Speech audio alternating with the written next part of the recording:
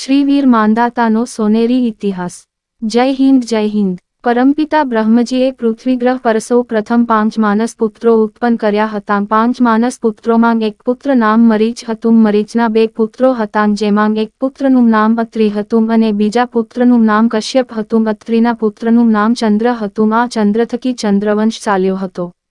કશ્યપના પુત્રનું નામ વિવસ્વાન, જે સૂર્ય નામે ઓળખાયો હતું। આ સૂર્યના સૂર્ય થકી સૂર્યવંશ ચાલ્યો હતો। આ સમયે અન્ય કોઈ જાતિ કે પેટાજાતિ અસ્તિત્વમાં નહોતી। પૃથ્વી ઉપર સતયુગ ચાલતો હતો। આ સૂર્યના પુત્ર મનુ હતા। મનુને તેની પત્ની શતરૂપા દ્વારા 10 પુત્રો થયા હતા। આ 10 પુત્રોમાં ઈક્ષ્વાકુ વધુ પ્રસિદ્ધ થયા। મહારાજા ઈક્ષ્વાકુ સમગ્ર પૃથ્વીના અધિપતિ હતા। આ સમયે પૃથ્વી પર સતયુગના 17,28,000 વર્ષ પૂર્ણ થયા હતા અને પિતાયુગ શદ થયો હતો। આ સમયે પૃથ્વી પર માનવ વસવાટમાં વધારો થતાં મહારાજા ઈક્ષ્વાકુઓ સમગ્ર પૃથ્વીને 9 ભાગમાં વિભાજિત કરી હતી, જેનો ઉલ્લેખ નવખંડ ધરતી તરીકે કરવામાં આવે છે।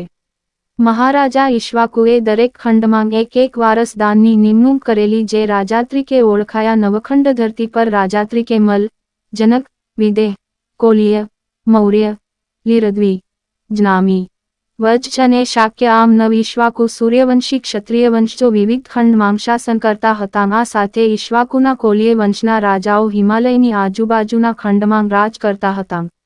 યજ્ઞની પ્રસાદી રૂપે ભાર્ગવ ઋષિઓ મંત્રોચ્ચારયુક્ત પાણી ભરેલો ઘડો આપ્યો, જે વહેલી સવારના પહોરમાં ડાભી રૂકમીને પીવડાવવા જણાવ્યું। રાત્રિના સમયે રાજાને પાણીની તરસ લાગતા પાણી પીવા ઊભા થયા અને ઊંઘના કારણે ભૂલથી મળેલું પાણી પી ગયા, જેના પરિણામે સમયાંતરે રાજાનું પેટ ચીરીને એક બાળક બહાર આવ્યો। આ દિવસ મકર સંક્રાંતિનો હતો। દેવરાજ ઇન્દ્રને આવતીની જાણ થતાં તેઓ આ બાળકને જોવા આવ્યા હતા અને બાળકની પાણી પીવાની બાબતે સવાલ કર્યો, જેનું નિરાકરણ લાવવા ભાર્ગવ ઋષિએ બાળકનું નામ માંધાતા રાખવામાં આવ્યું હતું। દેવરાજ ઇન્દ્રએ માંધાતાને ચંદ્રયુદ્ધ કલાનું શિક્ષણના માધ્યમથી તથા પોતાની તાકાત અને પરાક્રમથી કેટલીય રાજા માંધાતાએ પૃથ્વી પરના બધા રાજાઓને પરાજિત કર્યા હતા અને નવખંડ ધરતી પર રાજ કર્યું હતું।